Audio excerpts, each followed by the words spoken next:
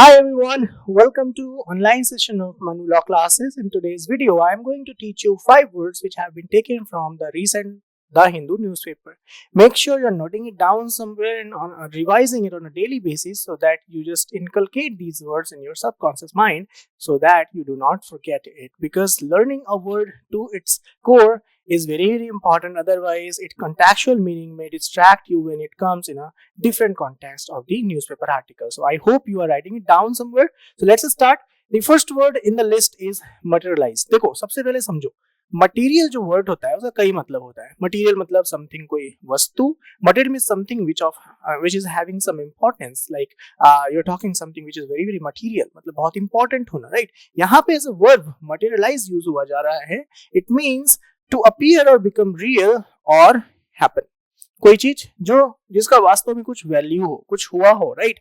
To the anticipated monsoon, मतलब कोई monsoon था, वो एक्सपेक्ट किया गया था. रेन्स फेल्ड, वो नहीं हुआ. फेल टू मटेरियलाइज, मतलब जो हमने एंटिसिपेट किया था वैसा हुआ नहीं. Causing concerns among the farmer, जिसकी वजह से एक कंसर्न पैदा हो गया, राइट? सो हियर मटेरियल मतलब अपीयर. इमर्ज मीन समथिंग जो होना, राइट? निकलना कहीं से. एंड आकर, किसी चीज का होना. सो मटेरियलाइज मतलब यहाँ पे जो इन्होंने मानसून को होने का जो एंटिसिपेट किया था वो फेल हो गया. दैट इज वाई जो फार्मर्स है वो कंसर्न है. The next word in the list is sputtering. Sputtering मतलब कोई चीज जो continuous flow में नहीं हो रहा है, वो रुक रुक के हो रहा है. Correct? It is a verb. So to make a series of short quick sounds or to fail to happen properly or without force. तो जनरेटर आपने देखा होगा चालू होने में बहुत टाइम लेता है, आवाज करता है थोड़ा फिर रुक जाता है. So that is sputtering, right? The old generator was sputtering leading to frequent power outages in the village, right? Faltering, stuttering and stammering. Stammer का मतलब होता है कोई व्यक्ति जो फ्लो में नहीं बात कर पाता है, अटक के बात कर पाता है. That is stammer, right? Next word in the list is monitorable. तो मॉनिटर करना मतलब क्या होता है?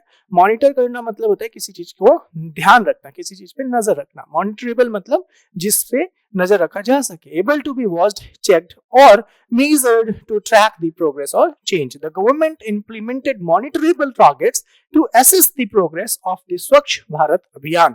तो कोई भी गवर्नमेंट प्लान बनाती है, अगर उसे एग्जीक्यूट करके केवल यूं ही छोड़ दिया जाए तो there will be lot of corruption will take place. That is why monitorable plan must be made so that things are accounted for properly. Synonyms are observable, मतलब कोई ऐसा चीज जिसे ऑब्जर्व किया जा सके. Trackable and measurable. I hope you have understood this word. Now, next word is forthrightly. Forthrightly is an adjective here. It means directly, बिना किसी संदेह के बोल देना. Direct, in a direct and honest way, without evasion or ambiguity. किसी चीज को बिना, ambiguity मतलब क्या होता है? Confused. Something of a having two meanings, that is ambiguous, मतलब एक के दो मतलब. यहाँ पे क्या बोल रहे हैं? Without ambiguity, right? Without ambiguity मतलब in a direct and honest way.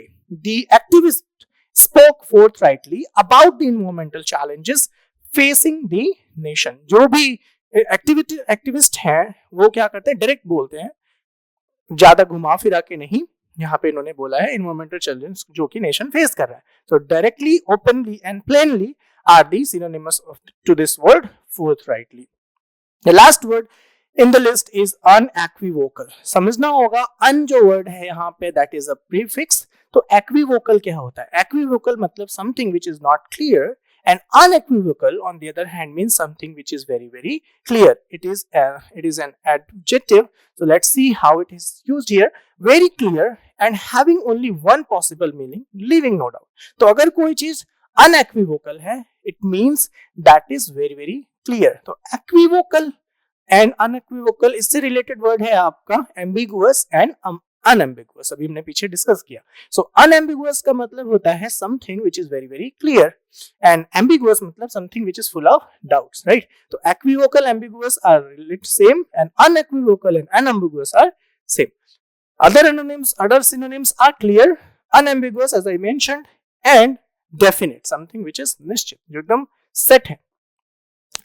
Let's see the example. The court's decision was unequivocal, ensuring justice for the marginalized community. तो यहाँ पे कोर्ट का जो डिसीजन है वो बहुत ही क्लियर है. So I hope you have understood all the words discussed in this video.